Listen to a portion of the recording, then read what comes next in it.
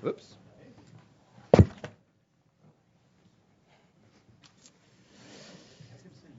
All right, well, let me call this meeting to order. Welcome to the May 2013 meeting of the Federal Communications Commission. And Madam Secretary, would you please announce our agenda for the day? Thank you, Mr. Chairman. Good morning to you and good morning, Commissioners. Today's agenda includes 2 items for your consideration. First, you will consider a notice of proposed rulemaking seeking to improve consumer access to broadband aboard aircraft and encourage innovation through establishment of an air-ground mobile broadband secondary service in the 14 to 14.5 gigahertz band, while ensuring that existing users are protected from interference. Second, you will consider a notice of proposed rulemaking and notice of inquiry to ease access to spectrum for commercial space launch operators and better facilitate federal government use of commercial satellite services, and seek comment on streamlining processes, eliminating unnecessary burdens, and identifying future communication and spectrum needs of the commercial space sector. This is your agenda for today. Commissioner McDowell will not participate in the voting of the items on today's agenda. The first item will be presented by the International Bureau, Wireless Telecommunications Bureau, and the Office of Engineering and Technology. Mendel de la Torre, Chief of the International Bureau, will give the introduction. Please go ahead. Mr. Chairman, Commissioners, good morning. It's my pleasure to present, along with the Wireless Telecommunications Bureau and the Office of Engineering and Technology, today's item on improving consumer access to high-speed broadband capacity on aircraft. At the table today is Ruth Milkman, the Chief of the Wireless Telecommunications Bureau, Julie Knapp, the Chief of the Office of Engineering and Technology, and Howard Griboff. Oh, Jerry Matisse. I didn't see you down there, Jerry. Sorry. Jerry Matisse, who is the Associate Chief of OET, Howard Griboff here from the International Bureau, and Melissa Conway from the Wireless Telecommunications Bureau. As you can see by the number of people at the table, this item is a product of a collaborative effort of the staff from our 3 bureaus. And it's part of the Commission's efforts to find innovative solutions to meet consumer demand for ubiquitous broadband access. And Howard and Melissa will co-present the item now. And good morning, Mr. Chairman and Commissioners. The notice of proposed rulemaking before you today proposes to authorize a new air-ground mobile broadband service that would provide more high-speed broadband access to passengers aboard aircraft in the contiguous United States. This new service would share the 14 to 14.5 gigahertz band with the fixed satellite service transmissions from Earth stations to satellites, federal fixed and mobile users, the Space Research Service, and the Radio Astronomy Service. The Nprm proposes to add a secondary allocation for the aeronautical mobile service in the 14 to 14.5 gigahertz band to allow air-ground mobile broadband to operate. Along with the air-ground radio telephone service and the Earth stations aboard aircraft service, air-ground mobile broadband will provide air travelers in the United States with access to wireless broadband so that they can work, access social media, and other applications, and communicate during flights. Increased competition among services, and these services in particular, will provide incentives to maximize efficiency and reduce the cost of broadband access in flight. Spatial diversity helps make this service possible in this band on a secondary basis, which means an air-ground mobile broadband licensee must protect primary users, such as fixed satellite service operations, from harmful interference. Because Earth stations in the fixed satellite service all point south, and the air-ground mobile broadband base stations would be designed to point north, thus avoiding harmful interference to satellites in the geostationary orbit over the equator. Air-ground mobile broadband aircraft stations would avoid harmful interference to satellites in geostationary orbit by transmitting their signals downward, that is, toward the horizon. The NPRM also proposes technical standards to ensure that air-ground mobile broadband doesn't cause harmful interference to the fixed satellite service or federal fixed and mobile users, and proposes coordination requirements to avoid interference to the Space Research Service and the Radio Astronomy Service. The proposed technical rules are also designed to allow air-ground mobile broadband to accommodate future satellite systems. Melissa Conway of the Wireless Telecommunications Bureau will continue the presentation. The NPRM proposes to assign air-ground mobile broadband licenses through an auction and seeks comment on whether the Commission should license 2 nationwide spectrum blocks of 250 megahertz each, 1 block of 500 megahertz, or adopt a different licensing approach.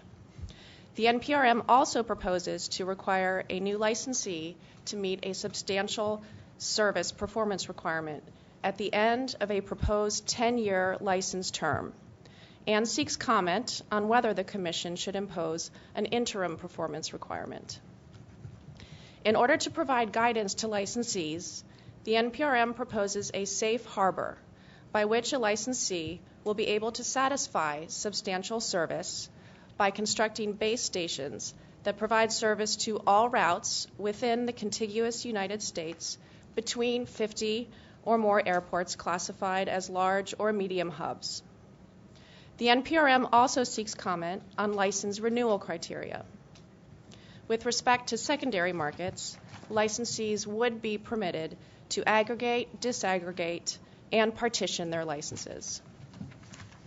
The staffs of the International Bureau, the Wireless Telecommunications Bureau, and the Office of Engineering and Technology recommend adoption of this notice of proposed rulemaking, and we request editorial privileges. Thank you. Thank you very much. Let's proceed to comments from the bench. Commissioner Clyburn. Thank you, Mr. Chairman. For about a decade, the Commission has seen a steady increase in interest for high-speed internet on airplanes, and it has taken a number of actions to address this trend. In 2005, the FCC reconfigured the 800 megahertz band to provide 4 megahertz of spectrum for broadband service to airline consumers.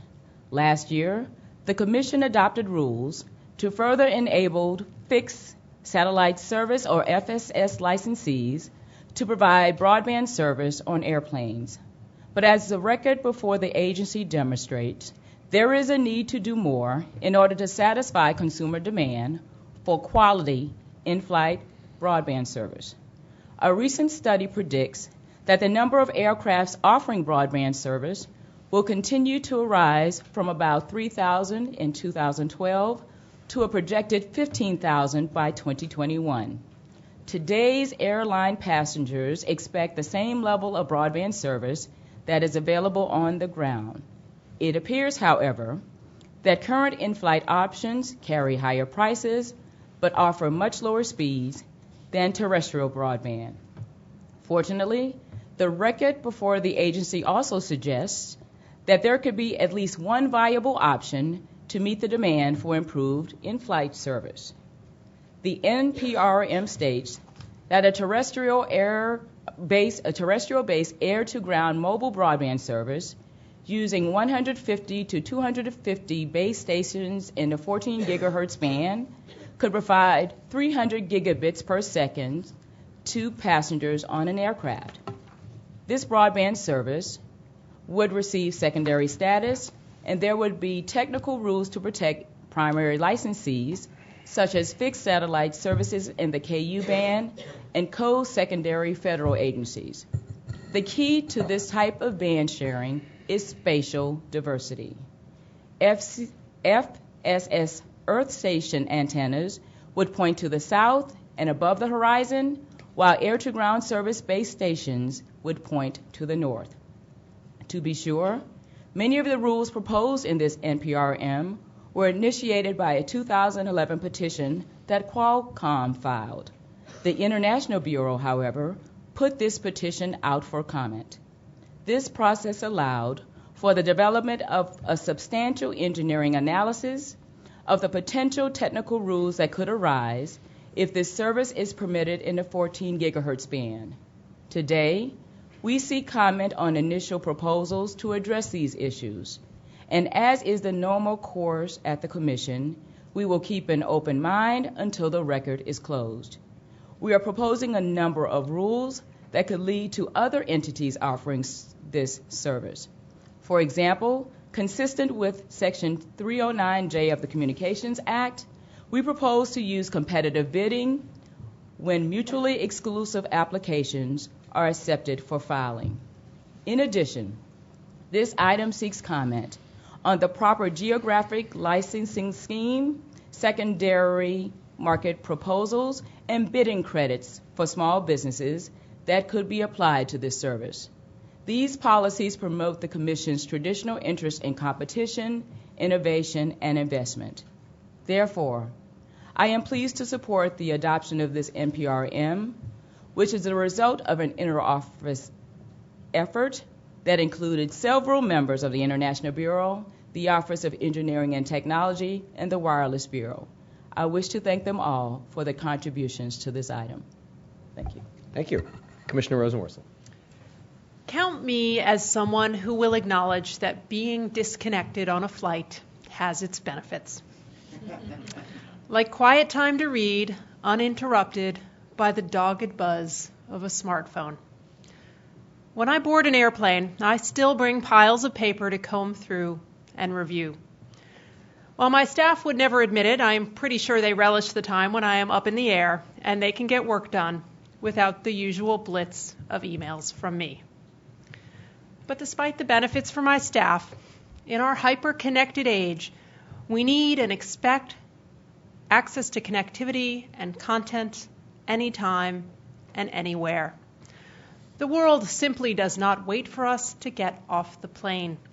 We expect information at our fingertips at all times. We expect to stay in touch with our loved ones, our jobs, and our communities wherever we go. Now, air travel stands out as one of the few places where we can't always rely on a connection. But being cut off can mean we miss an important email, critical news from home, or the chance to send a time-sensitive document. Although new broadband services are now on some aircraft, they are not ubiquitous. For frequent travelers, the routine of shutting off the wireless connections on our smartphones, tablets, and laptops when we board is all too familiar. So I support today's rulemaking, which proposes to establish a new terrestrial-based air-ground mobile broadband service in the 14 to 14.5 gigahertz band for passengers aboard aircraft. This system would use time division duplex communications to provide a link between base stations and aircraft. Yet within each aircraft, communications between passenger devices would be carried by short-range links like Wi-Fi. According to some, using 500 megahertz of spectrum in this band could sustain data rates of up to 300 gigabits per second. Impressive. Although we can trust, we should also verify. So in the months ahead, as we gather a record in response to this proposal, I want to better understand these claims. In addition, I want to ensure that the proposed new service, which would be secondary to existing services in the band, will not cause harmful interference. We also must ensure that as we move forward, we take steps to create a robust environment for competition in the provision of broadband services to passengers aboard aircraft. And if we are successful, my staff will get to hear from me more often. So thank you to the International Bureau, the Wireless Telecommunications Bureau, and the Office of Engineering and Technology for your work on this issue. Thank you. Commissioner Pai. Thank you, Mr. Chairman. It's happened to almost every sports fan. You're flying during the NFL playoffs or March Madness, and you boot up your laptop, eager, as I'm sure most of you are, to see how the Kansas City Chiefs or the University of Kansas Jayhawks are doing. And lo and behold, there's no Wi-Fi. Or worse, you get a connection, but it's so slow and pricey that you almost wish that you hadn't. Like many Americans, I've been frustrated by the lack of high-speed broadband service when I fly. Some flights don't offer broadband service at all. Others do, but speeds are usually much slower than what we enjoy on the ground, and it's expensive. So what does this mean? Well, lower productivity for business travelers, like my colleague at the end of the table, and less enjoyable flights for vacationers like me. That's why I was pleased to learn about Qualcomm's proposed air-ground mobile broadband system. Last October, I had the opportunity to see firsthand some of the equipment being developed by Qualcomm in San Diego. This system has the potential to deliver a much better broadband experience for members of the flying public. Because it would use a wide swath of spectrum, as has been mentioned, the system's data throughput would be much greater than current onboard options. For passengers, that would mean higher speeds. It should also mean the ability to access a wider range of applications like video and applications that we can't even contemplate now, such as ones that I'm sure Commissioner Rosenworcel would treasure, like a networked game of Angry Birds, for example. Moreover, injecting additional competition into the air-ground mobile broadband market should lead current service providers to lower prices and to improve their quality of service. Now, these prospects are exciting, but we shouldn't get too far ahead of ourselves. Today, we are simply taking the step of seeking comment on establishing a new air-ground mobile broadband service, the 14.0 to 14.5 gigahertz band. Because this new service would have secondary status, we'll have to ensure that it wouldn't interfere with the band's incumbent users.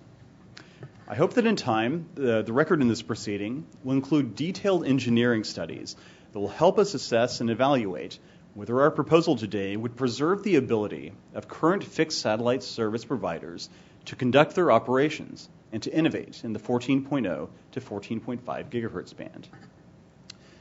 Finally, I'd like to thank the staff of the International Bureau, the Wireless Telecommunications Bureau, the Office of Engineering and Technology, and others for all of their hard work on this NPRM. Like so many Commission items, today's NPRM resulted from collaboration and cooperation among multiple bureaus and offices. And I think it's safe to say that our work product is strengthened substantially as a result of this terrific team effort. So thanks to all of you for your work. And thank you, Mr. Chairman. Thank you. One of my favorite comedians, Louis C.K., has a terrific bit where he jokes about sitting next to someone on an airplane who's complaining about the quality of in-flight Wi-Fi. And his punchline is around the idea that it's somewhat ridiculous for someone to be complaining about technology when he is sitting in a chair in the sky connecting to the internet. It is amazing. And while we like to think of ourselves as Louis C.K. in the anecdote, the person with some perspective and modest expectations, the reality is that more and more we expect and often need to be online 24/7 at home, in the office, or on a plane. And 4 years after Louis C.K. originally told that joke, those aren't unrealistic expectations. With today's item, we take an important step to improve in-flight broadband service. A little background. There are two types of current in-flight broadband service. Satellite-based, where the plane is commuting with satellites and exchanging data that way, and air-to-ground, where the plane is communicating with transmitters on the ground. Both are licensed by the FCC. The satellite systems, known as earth stations aboard aircraft, use satellite antennas installed on top of the plane, as I said, communicating with satellites. That service, operated by multiple licensees, shares about 1 gigahertz of spectrum, high spectrum frequencies, among various licensees and with many other fixed satellite service operators. Air-to-ground systems deliver in-flight broadband through a ground-based network that communicates with an antenna on the bottom of the plane, which connects to an onboard Wi-Fi system providing service throughout the cabin. The current air-to-ground licensee operates with just 4 megahertz in the 800 megahertz band. Today's item is focused on meeting the growing demand for in-flight broadband by freeing up spectrum for use in air-to-ground services. And of course, identifying and freeing up new spectrum has been an FCC priority and will continue to be. We've worked to free up spectrum in a number of ways, traditional auctions. We've worked to reallocate spectrum for mobile broadband from both commercial and government bands. We've worked to share spectrum where reallocation isn't possible. We've removed regulatory barriers to terrestrial and other flexible spectrum use. We've cleared new bands for mobile broadband. We've freed up unlicensed spectrum for dynamic use. This action today is all part of this broader effort to free up spectrum for the exciting and important opportunities of wireless communications. Increasing the availability of the spectrum, as I said, will remain a Commission priority, and today's notice would free up for secondary use 500 megahertz of spectrum for a new air-to-ground mobile broadband service. We'd be going from 4 megahertz of spectrum for air-to-ground to 504 megahertz. It's a big deal.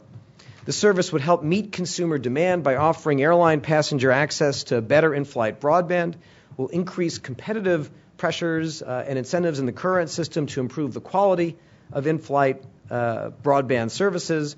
The proposal would provide significant broadband capacity of up to 300 gigabits per second on a combined basis, enabling business travelers, leisure travelers to be more productive and to have better service while in the air.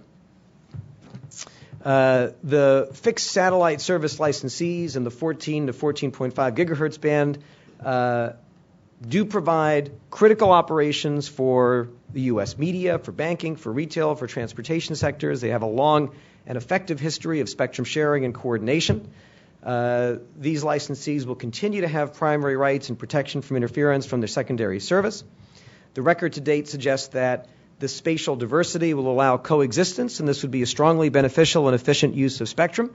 Of course, the Commission will expect engagement from all stakeholders as this proceeding moves forward to help identify appropriate safeguards to protect current and future FSS operations as well as federal users in the band. And we need, as we move forward, to continue to facilitate forward-thinking proposals like this one that help us free up spectrum, use spectrum more efficiently for our economy and for all consumers. This has been a terrific effort to look at the petition that came in, do a tremendous amount of excellent cross-bureau work, now proceed to this notice. I want to thank the team here that's worked so hard on it, Medell, Ruth, Julie, and everyone else. Kate Dumichel, Renee Gregory, Michael Steffen have worked very hard on this as well, and I want to thank them. With that, let's proceed to a vote. All those in favor say aye. All those opposed say nay. The ayes have it, and the request for editorial privileges is granted. Thank you all very much. And Madam Secretary, can you please announce the next item? Mr. Chairman and Commissioners, the next item on your agenda will be presented by the Office of Engineering and Technology. It is entitled Amendment of Part 2 of the Commission's Rules for Federal Earth Stations Communicating with Non-Federal Fixed Satellite Service Space Stations. Thank you. And Mr. Knapp, whenever you're ready. Good morning, Mr. Chairman and Commissioners. The Office of Engineering and Technology is pleased to present for your consideration a notice of proposed rulemaking and notice of inquiry to advance commercial space launches by providing spectrum for controlling, monitoring, and tracking launch vehicles. The item also proposes changes to facilitate the use of commercial satellite services by the federal government.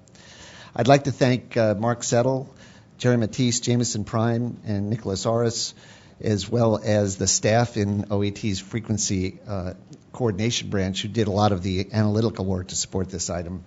And also, with this too represented a collaborative effort with the International Bureau and the Office of General Counsel. And I also want to thank all the hard work that we did together with NTIA in particular on this item. Nick will present the item.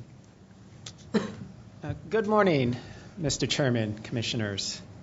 The Office of Engineering Technology offers for your consideration a notice of proposed rulemaking and notice of inquiry that address two separate but closely related portions of the commercial space sector, the commercial space launch industry, and commercial communications for the satellite industry. The proposals presented here would boost U.S. leadership in the commercial space industry, help further advance the role it plays in the nation's economy, promote innovation, and give both commercial space launch companies and federal government users of commercial communication satellite networks new tools to accomplish their important objectives. The NPRM addresses spectrum used during commercial space launches. Historically, spectrum allocated exclusively for federal use has been used during space launches. Recently, 2 launch vehicle manufacturers have applied to the Commission for access to spectrum during commercial launches. The Commission granted them special temporary authority under the Part 5 rules, which provided access to the spectrum on a non-interference basis during the launches. The frequency of commercial launches is expected to increase. NASA has contracted with 2 private companies to make commercial space flights to the International Space Station, and several additional companies are expected to develop space flight capability, including transportation of astronauts to the International Space Station. Given the expected increase in commercial space flights, the use of special temporary authority for spectrum launches creates uncertainty that can impede the growth of the commercial space industry. Radio communications is used for 3 purposes during launches. It is used for launch telemetry, which is the sending of information from the launch vehicle to ground controllers, for radar tracking of the spacecraft during launches, and for sending of self-destruct commands to the launch vehicle during the launch if necessary. The NPRM makes proposals for making spectrum available for these 3 purposes in 3 different frequency bands. Adopting these proposals would allow the Commission to later open a proceeding to develop service rules and issue licenses to commercial operators to use spectrum during launches. This will help continue the growth of the U.S. commercial space launch industry. The NPRM also addresses the use of commercial satellite networks by U.S. government agencies.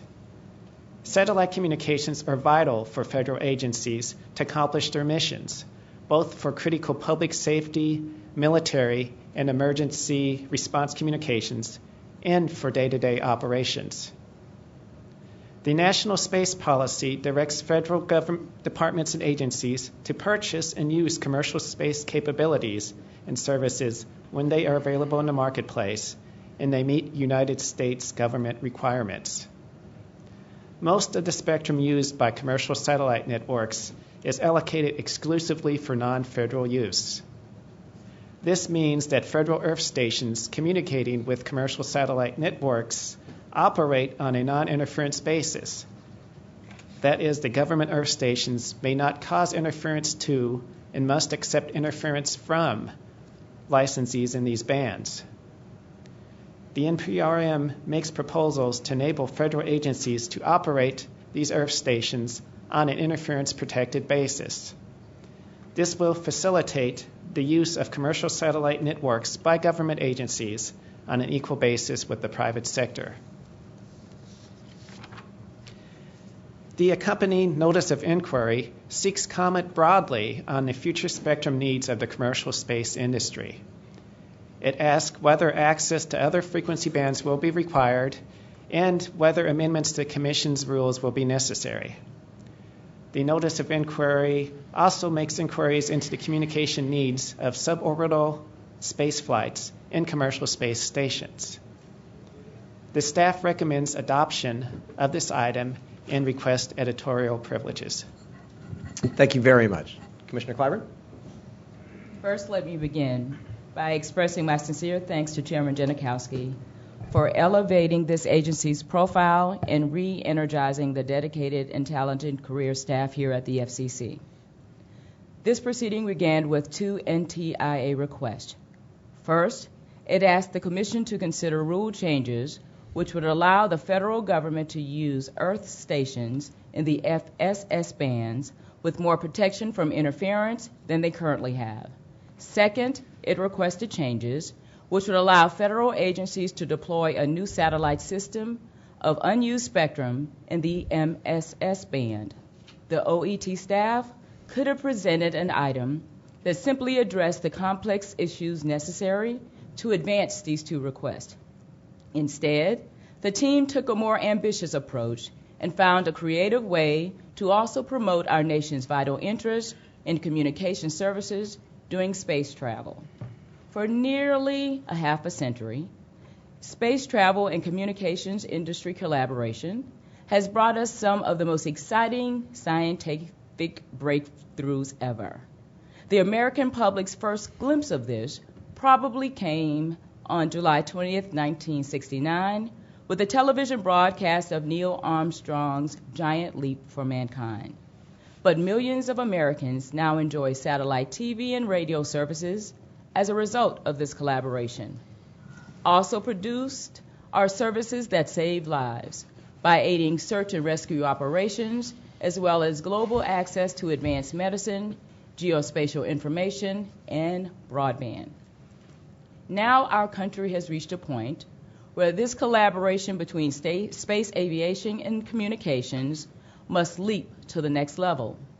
The ending of NASA's Space Shuttle program means that we must explore even more innovative ways to continue our nation's leadership in space education, exploration, and discovery. That is why in 2010, President Obama made crystal clear that we should be committed to encouraging and facilitating the growth of a commercial space sector that advances U.S. leadership in the generation of new markets. The good news here is that several private companies have been working for years, and in some cases for decades, to make substantial investments in companies that can transport cargo and, in the near future, even people into space to support the International Space Station and other NASA initiatives. The Commission's allocation of service rules must support the growing communications needs of the private space launch industry. To assist prior launches, we issued special temporary authorities, or STAs, under our PAR 5 experimental rules. But these STAs only allow for non-interference operation. Given the high cost of launches and the safety concerns of manned space flights, relying on non-interference use of spectrum is not a practical long-term solution. Therefore, this NPRM offers well-defined application and coordination processes to enable commercial operators to directly acquire the optimal type of licenses needed for communications during space launches. The Notice of Inquiry section of the item properly tries to anticipate other communications needs of commercial space missions, such as re-entry or the on-orbit phase of a mission that could require changes in spectrum allocations. And while, Mr. Chairman, I've heard that there is a market, or there is a promotion for a one-way ticket to Mars. I think you heard about that. Soon, I don't think I'll be taking, even with these enhancements. Thank you, Julie. But I wish to thank you, Julie, Mark Settle, and the staff of the Office of Engineering and Technology for your outstanding work on this item. Thank you very much. Commissioner Rosenworcel. Space, the final frontier, and maybe the chairman's final item at this open meeting. We are in the early stages of a new era in space exploration. What was once just the airy province of science fiction is now grounded in reality. As our space missions expand, our aerospace technologies advance, and as a result, a commercial market for space travel is now emerging. Going forward, access to space will no longer be limited to those few federal workers with the right stuff. So it is no surprise that the National Space Policy released by President Obama calls for the government to take steps to develop a robust commercial space industry. Though limited, the Commission has a role to play in helping achieve this objective for space. In fact, the steps we take in today's Notice of Proposed Rulemaking and Inquiry will bring us closer to that goal. First, we propose rules that will allow the commercial space launch industry better access to the 420 to 430 megahertz, 2200 to 2290 megahertz, and 5650 to 5925 megahertz spectrum bands, while beginning an inquiry into the industry's broader spectrum needs. Second, we propose options to provide improved interference protection for communications between commercial satellites and federal users on the ground. Taken together, these efforts are on board with fulfilling the objectives of the National Space Policy. I support them, and I want to thank the Office of Engineering and Technology for their work on these big, important, and galactic matters. Thank you. Commissioner Pai. Thank you, Mr. Chairman. 50 years ago this month, the last of our pioneering Mercury astronauts went into space. His name was Gordon Cooper, and his Faith 7 spacecraft orbited the Earth 22 times. Gordo was the first American to sleep in space, and he would go on to be played memorably on the silver screen by Dennis Quaid in The Right Stuff. Back in the 1960s, space was a big deal. The United States launched rockets and put a man on the moon. Astronauts were our heroes, and space was a national priority. Today, space is even more important, one could argue, to the American way of life. For example, satellites play a vital role in connecting remote communications links with the network.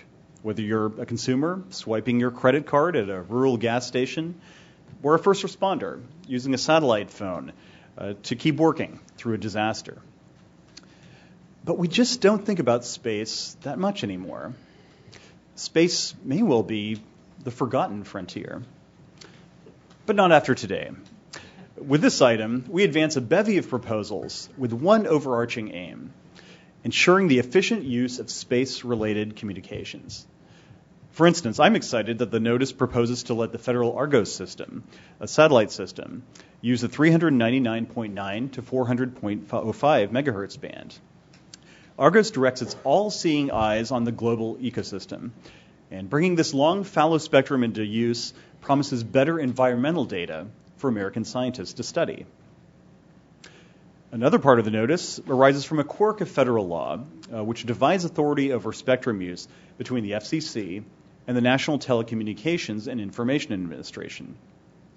The notice proposes amendments to our table of allocations in order to provide interference protection to both federal Earth stations operating in commercial spectrum and the commercial space industry operating in federal spectrum. I look forward to reviewing the record that will be compiled in response. And as we move forward, I hope all parties will remain open to ways to resolve matters informally, perhaps through a memorandum of understanding. I, too, would like to thank Julie Knapp, Jerry Matisse, Mark Settle, Nick Oros, and the other members of the Office of Engineering and Technology and the Office of General Counsel who contributed a very thoughtful approach to these issues. We should all be thankful that space remains on the forefront of all of your minds. Thanks once again, Mr. Chairman. Thank you. For the record, it's only coincidence that this is on the agenda the week before the opening of the Star Trek movie, and that it's my final commission meeting item. While we associate rockets and space exploration with TVs, movies, and science fiction, the fact is that the economic potential of the commercial space industry is large and real. And today we're taking a big step to spur growth in the U.S. commercial space launch services industry and make the U.S. more competitive in the growing global marketplace. The commercial space launch industry encompasses human space flight, satellite deployment, research, education, and much more. These launches are becoming increasingly common and are expected only to increase over time. thanks to powerfully innovative American companies like SpaceX, we're seeing a takeoff in the reality and opportunity of the commercial space industry. Now, for some time, the Commission has been facilitating these launches with special temporary authorizations as we go, and it's not often recognized that spectrum plays an essential role in rocket launches. Couldn't happen without spectrum. As Nicholas mentioned, spectrum is needed to communicate with the spacecraft, to steer it. It's needed to receive and send data, and it's needed to destroy the aircraft if that's necessary. The commercial space industry is growing, as I mentioned. SpaceX currently has more than 40 launches on its manifest. Each of those is sending a big rocket up into space. Several $1 billion worth of U.S. commercial space launch activity is scheduled. And the industry has already created thousands of jobs directly and many more indirect jobs in related industries. From a global competition standpoint, the U.S. is moving in a strong direction in this promising area and moving rapidly. At the start of 2012, America's global share of launches to geosynchronous orbit was 0%. Within 2 years, it's projected to top 30%. So where does the FCC fit into this equation? We've mentioned that spectrum is critical to this, that we have been on an ad hoc basis providing STAs. A number of months ago, the Commission issued guidance to help facilitate ongoing launches during this period. As we see today, our staff was developing a framework for rules of the road to provide the certainty and predictability that this industry needs to launch. The context for this, as we've heard, is NASA ramping down in this area and the commercial industry ramping up. Today's notice, with today's notice, the U.S. is leading the way in developing rules of the road for commercial space launches. With this notice, we're providing the certainty and predictability that's needed to schedule launches, to work out issues, to attract ongoing investment in this growing area. So the notice, along with the guidance we released earlier this year on how to obtain STAs, are aimed at certainty and predictability, aimed at streamlining processes, eliminating unnecessary burdens, and, as I said, increasing predictability for access to the spectrum needed. The item will ease access for commercial operators to spectrum used for communication services to control, monitor, and track launch vehicles and the other important aspects that I mentioned. It's an important first step toward enabling commercial operators to directly obtain the licenses needed during launches and to have a sensible, transparent, coordinated process. The item focuses on ensuring that we have proper coordination with federal government use and also other commercial uses of this spectrum. The fixed satellite service is the backbone of the U.S. commercial satellite industry, widely used for a variety of commercial and federal government services. Today, federal earth stations obtain interference protection only under the umbrella of a commercial licensee. The item proposes to provide federal earth stations with interference protection directly when communicating with commercial satellites. In addition, the item proposes to make a small amount of spectrum available for a new federal mobile satellite system. I want to thank just the terrific work of the staff here. When new entrants in the space came to the Commission and said, we want to launch, we want to develop an American commercial space industry, we want to do it quickly. The rules aren't quite there yet to allow us to do it, but we don't want to wait. The staff, thanks to Julie and Mark and Nicholas, leaned into the innovation and worked in a very productive and efficient way to make sure that the Commission was a facilitator of this growing industry and was not slowing it down. So I want to thank you for your excellent work. This is a very important step in the process. We're the first country in the world to lay out transparent rules of the road for the commercial space industry and their access to spectrum, and that's thanks to your excellent work, as well as the others on the Commission who worked on this, including Renee Gregory in my office. So thank you all. With that, let's proceed to a vote. All those in favor say aye. All those opposed say nay. The ayes have it, and the request for editorial privileges is granted. Thank you very much. Let's move to personnel announcements, and let me ask my colleagues if they have any announcements today. Jessica, any announcements today? Commissioner Pine? I do, yes. Our office is of the view that one of our nation's most profound political philosophers is Ron Swanson, the department manager on Parks and Recreation. Inspired by Mr. Swanson, I'd like to offer a speech of facts in recognition of our longest-serving law clerk who is leaving us today, Giuseppe Salvatore Gaglione, or as we insist on calling him here in America, Joe. It is true that Joe is a man. He has entered our office suite on a regular basis since August. He has received emails. He has sent emails. We have handed him pieces of paper. He has distributed pieces of paper. From time to time, he has used office supplies. In short, he has worked in our office about as long as a good varnish should last. But if you will indulge my straying from facts and opinion into opinion, especially for those of you who don't know the show and have no idea what I'm talking about, Joe has been a key member of our team during his time in our office. He's made valuable contributions on proceedings ranging from the incentive auction rulemaking to our cable program access rules. He also became our office's expert on mobile Earth stations, fittingly enough, given the topics today. He worked on items involving both Earth stations aboard aircraft and vehicle-mounted Earth stations, or as he insists on calling them, ESEA and VMES. And if any of you want to talk to Joe after the meeting about off-axis EIRP density limits, I'm quite sure that he would be more than happy to chat with you. I wish there was enough time to tell you about Joe's many unusual traits. Among other things, he picks up languages as easily as I pick up remote controls. He fiercely, and I'm not making this up, he prefers 13-point Garamond font to Times New Roman.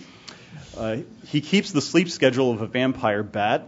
And if you name pretty much any scene from Mad Men, Joe can tell you the episode in which it occurred, complete with a season number, and episode title. It's quite something, and I hope he's able to monetize it someday. Until that day comes, Joe will be focused on graduating from law school in George Mason, and he'll be starting a new position at Deutsche Telekom. And so, Joe, I thought it would be appropriate for me to send you off with a very fond and guttural alles gut, as we say in Kansas. Everyone in our office is going to miss you tremendously, and we wish you all the best in what we are quite sure is going to be a sterling legal career. Thank you, Joe.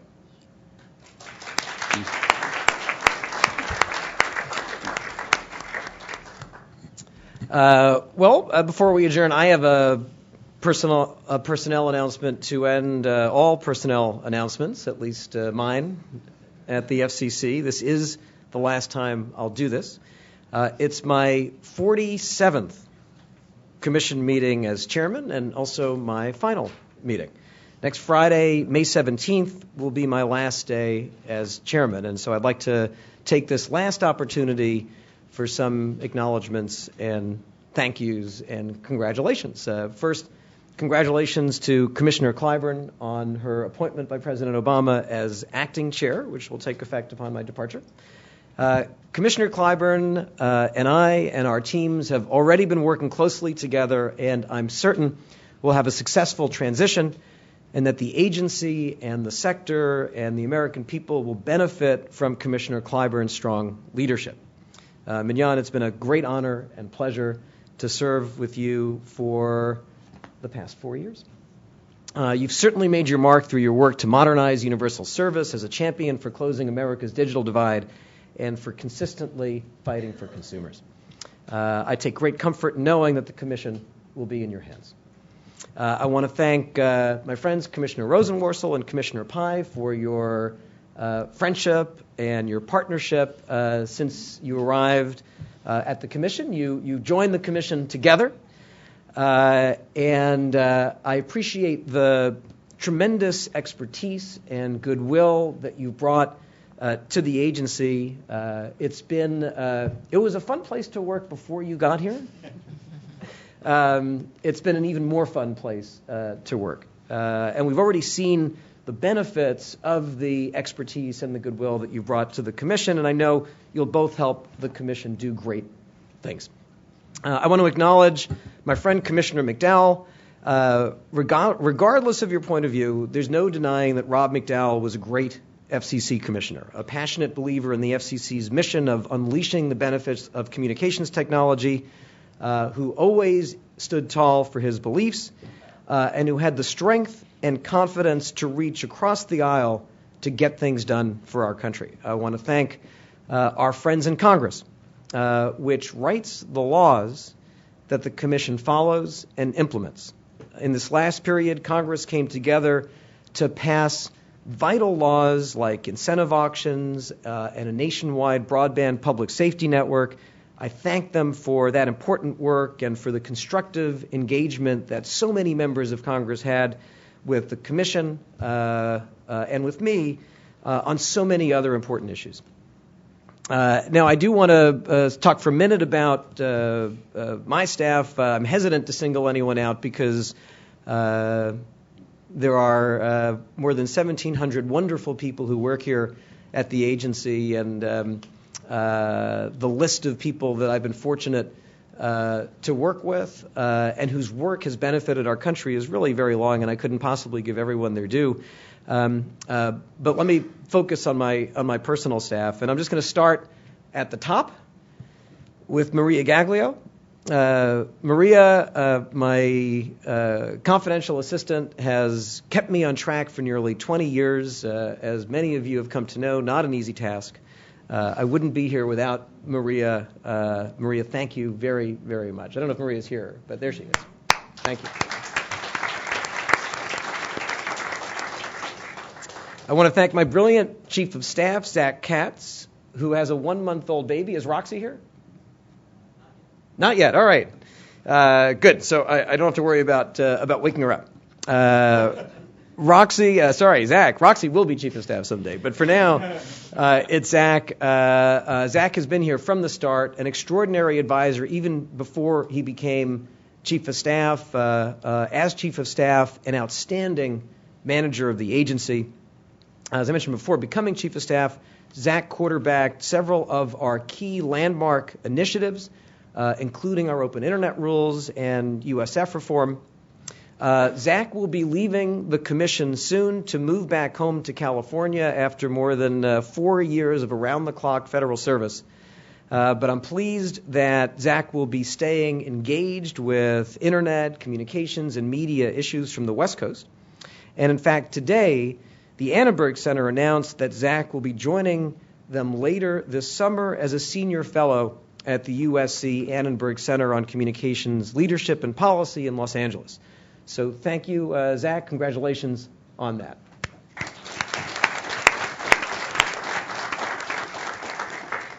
I want to thank my special assistant, Russ Kaditz-Peck. Russ, are you here? There he is. Russ, I'm pleased, will be joining me at the Aspen Institute. Russ filled some big shoes in what may be the single hardest job at the Commission. Danny Ornstein had the job, Tom Brown had the job, and they all did tremendous work. We recruited Russ from the Federal Trade Commission, and for the record, I did not win Russ's services by beating former FTC Chairman John Leibowitz in a basketball game. I did beat him in the basketball games, but we didn't make the bet. Now, some of you know Russ has been known to dabble in improv, and his ability to adjust on the fly and laugh in the face of absurdity has made him a perfect fit for my office. I want to thank my legal advisors, my chief counsel, Elizabeth Andrion, and special counsel Charles Mathias. Both of them are well known to you. They remind us that the Commission has a very deep bench of talent who make up the backbone of this agency, both Elizabeth and Charles, who are veterans of the 8th floor, stepped up into their roles seamlessly in my office. As chief counsel, Elizabeth has done a great job of driving our policy agenda and managing relationships with the other commissioners' offices and the bureaus. And I want to commend Elizabeth again for her outstanding work with Steve Waldman on the Information Needs of Communities report. Charles has been a Swiss Army knife for the chairman's office, doing everything and essential for our survival. A wireless bureau veteran who I met in the context, actually I think I met Charles before I came to the commission, but I worked with Charles on my very first speech on wireless. And since then he's become just an essential commission staffer around wireless and other issues. In our office, he's successfully led our efforts on a number of vital public safety issues, including cybersecurity, text to 911, stolen cell phones, and our work post-Sandy and the derecho show to improve network reliability and efficiency. Charles has also helped manage and recruit talent to the agency. The legal advisor who's been with me the longest is Michael Steffen, who worked with me going all the way back to before I was confirmed, to our transition and preparation for the job back in 2009. I'm so pleased that Michael will be the Commission's new Director of Digital Learning. I expect that we will be seeing big things in the area of education technology in the time ahead, and the Commission is lucky to have Michael Steffen leading such an important effort. Renee Wenzel-Gregory is the last legal advisor that we recruited from outside the Commission, joining us from Wiltshire Grannis. Renee took a leap of faith, jumping in here less than a year before the election, 6 months before the election. And Renee, you've made the most of it. Renee has gotten a ton done, and the Commission has gotten a ton done thanks to Renee. Renee has spearheaded our spectrum work, coordinating efforts internally with other federal agencies. She's been our lead on incentive auctions. She's got the important AWS 4 order over the finish line. She kept us on track to get the H-block auction, and Renee is not done yet because Renee is not allowed to leave the Commission until she can solve the puzzle that Wilshire Grannis handed out at this past year's Chairman's Dinner. So I'm pleased that Renee will continue to work on spectrum issues as the Chief of Staff for the Office of Engineering and Technology. It's great news, Renee.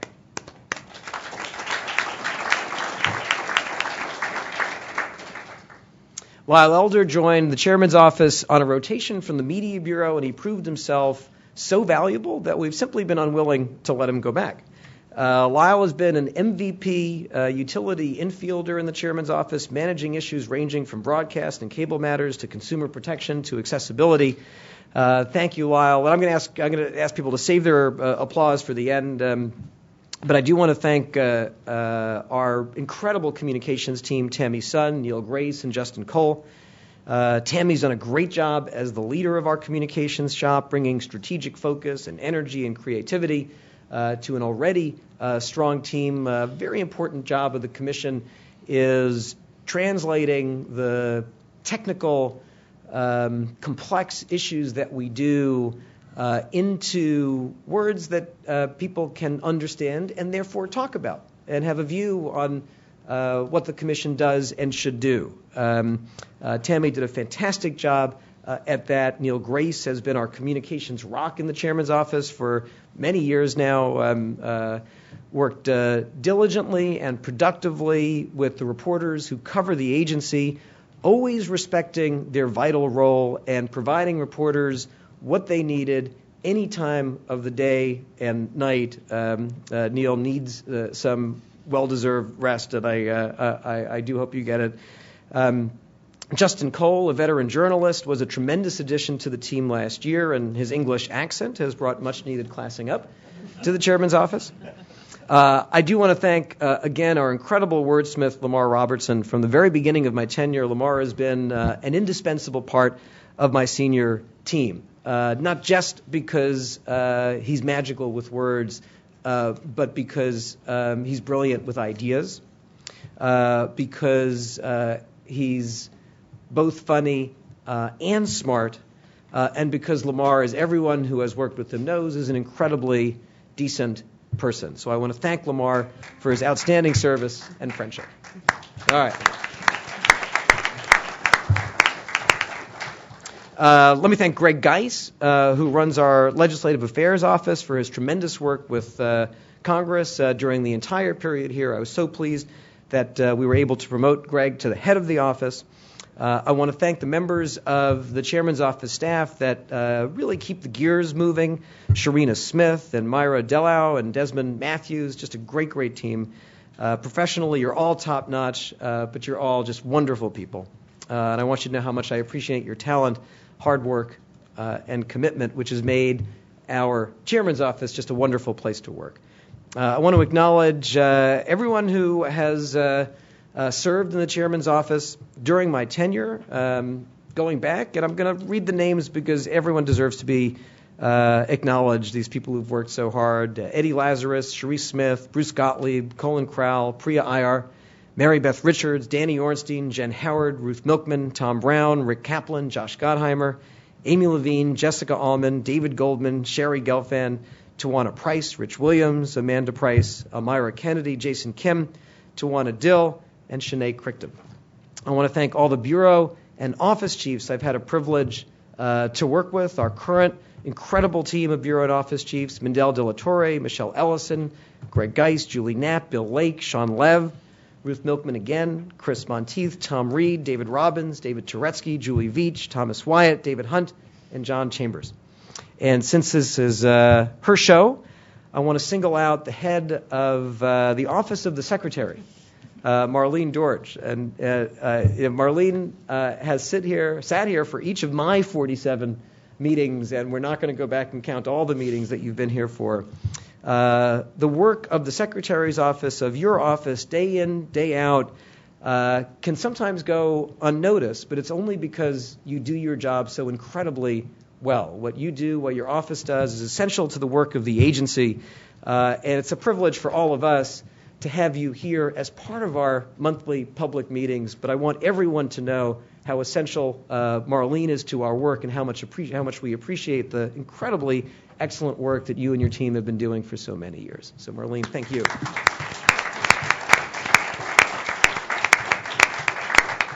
I want to thank the Bureau and Office Chiefs who served during my tenure who are not currently here: Admiral Jamie Barnett, Paul Desaad, David Fisk, Sharon Gillette, Terry Glaze, Joel Gurin, Austin Schlick, and Steve Van Rokel. I wish I had more time to recognize everyone at the agency individually, but I do want to thank every member of the FCC team for the contributions you make on behalf of the American people every day. Finally, thank you again to President Obama for the opportunity to lead this great agency. I've learned many lessons from the President over the past 25 years, and one of the most important has been reinforced here in my time at the FCC and can be summarized in just a few words, and I'll leave you with those. Learn everything you can and then do the right thing. This principle has guided me, it's guided this agency, and I'm certain it will be a guiding principle for the President's outstanding nominee as my successor, Tom Wheeler. The Commission's mission is important to America's future, important to our economy, to our global competitiveness, and to each and every American. I know that Mignon and Tom will provide outstanding leadership at this critical time, and that Jessica and Ajit will join them and make the Commission a great place to work and a place where important things continue to get done for the American people. Mignon and Tom are just two of the extraordinary people that I've worked with in this job, along with Jessica and Ajit, both inside the Commission and outside the Commission. And I do want to thank everyone I've had the good fortune of engaging with over the last 4 years. I will carry this wonderful experience for the rest of my life, and I wish you all the very best. Thank you.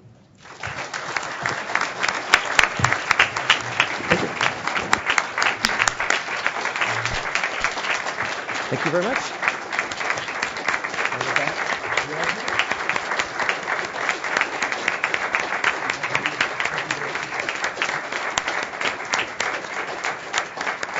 Thank you.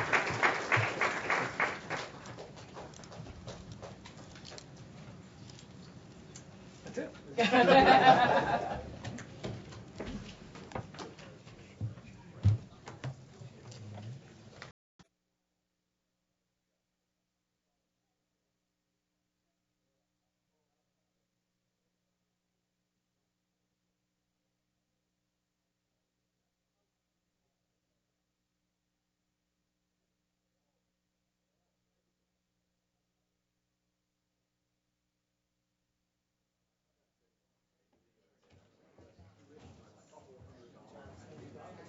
Hey, everyone. You can stay there today. That would change it up. I'll just come over there. Why change that?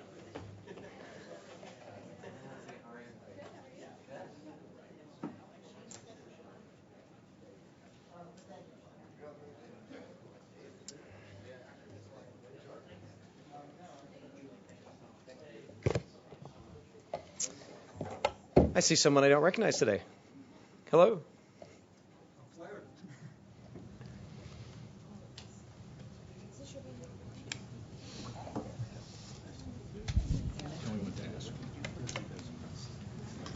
All right. No, I'll go with there because I got different questions. Everyone is really eager to ask a question. We can just have lunch. That's it. Sure. I'm all for it. Do you want to ask us a question? Yeah. Well, actually, Yeah, let's change it up. You ask us. I have many questions. All right, I'll go. Go ahead. I'll go.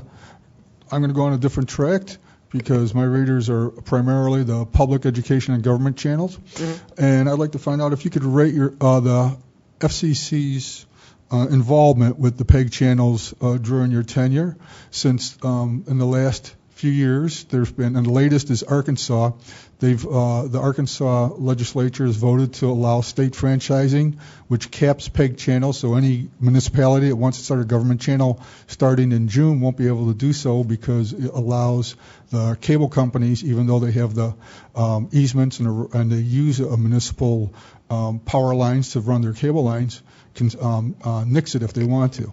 So can you please rate your the FCC's performance during your tenure with the PEG channels? Sure. A couple of points. One is our media bureau, led by Bill Lake, has, I think, done terrific work in the area that you're identifying. And they look at it in a couple of different ways, which I've encouraged. One is there are the traditional PEG channels on traditional cable networks and issues that come up there, and I think Bill could probably help you with that specific issue.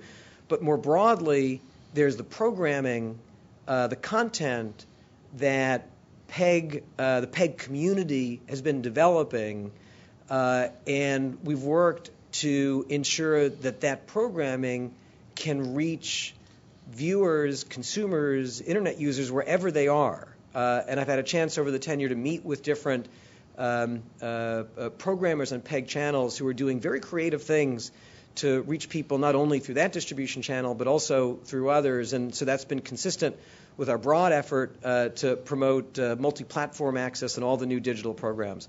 But I'd certainly encourage you to and I think we can arrange to sort of do a deep dive with Bill Lake and the team on the PEG issues. I'd appreciate that. Can I just one more follow-up? We're going to do, but I think you can follow up with Neil on that, and we'll be happy to help. Will do. Hi. I don't know if this is, well, there it is. It's working. One of the news today was about the talk of a new cable bundling bill on the Hill, authored by Senator McCain. Question would be why, well, one, what do you think about that? And two, why haven't you prioritized cable bundling in your tenure? Well, I've encouraged Congress to look at the retransmission consent regime that's been in place for some time because we have heard complaints from both consumers and distributors about rising costs of programming. And as I've said before, we can get you this material. There are some real limits in the statutory scheme on what the FCC can do, and I'm quite certain that the Commission will serve as a resource to Congress as the expert agency, as the on these issues, as Congress looks at it. Well, I always do that. Don't break the. Even though today's your last meeting, there are a couple of issues that still are hanging out there that have deadlines. Are you guys going to act on the U.S. Telecom forbearance petition, which I believe ripens on before you leave? And also, the shot clock on the SoftBank deal expires before you leave. Are you guys going to act on those two before you ride into the sunset? Brooks, I think what we'll say is that I expect continuity at the Commission. The staff is not slowing down. The commissioners are engaged, continue to be engaged.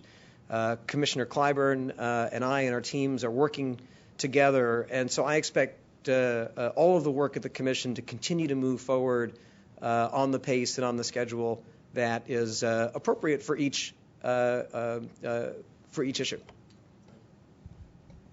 Hi, Mr. Chairman. Todd Shields, Bloomberg News. Last time we met, you said the SoftBank Sprint deal was on track to finish its conclusion, to be, your consideration was on track to conclude within the 180-day clock, which would put it, I believe, May 26th, I believe.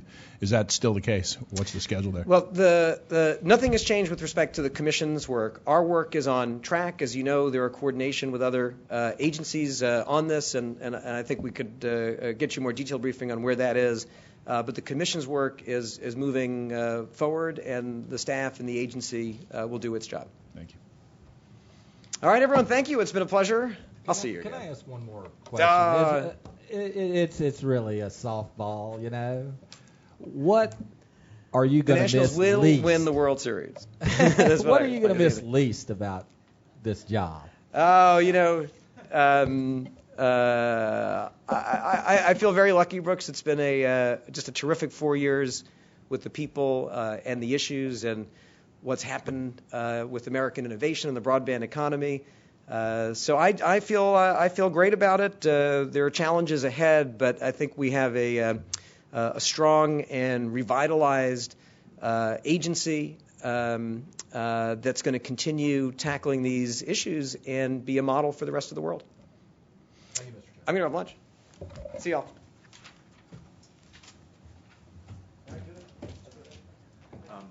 Julie Knapp is here to answer questions about the space item, which I think is Brooks's sole interest. I love this item. What could I say? Space. So go right now the licenses for space launches are done on STAs, I guess. Yeah. So in effect, what is this? What is the Commission trying to do? Are they trying to set aside a particular slice of the airways for rocket communication that will each launch still have to come to the FCC? I know it's Nprm, but can you give us some idea about how that will work? Sure. We want to move from the special temporary authority to a structure where there's more confidence about the spectrum that will be available to support the launches. This item doesn't specifically deal with the licensing. That would be, as often occurs in our proceedings, a follow-on to how that would work. But our end objective is to provide certainty and make the process as smooth and easy as possible. So does NASA hold the frequencies now, or is this a different section of the band? How does that work? There are multiple bands involved, and happy to give you the details if you want offline. They'll be in the item when they come out. But basically, these are blocks of spectrum that are allocated on a primary basis for federal use. And in the past, the launches have been supported through federal operations. But as we're moving towards commercial operations, no longer are they going to be under the umbrella of the federal side, which is why we need to create allocations to assure the spectrum access for the commercial launches. Okay. Thank you. Thank you, guys. Thanks. Thank you, Mark. Sure.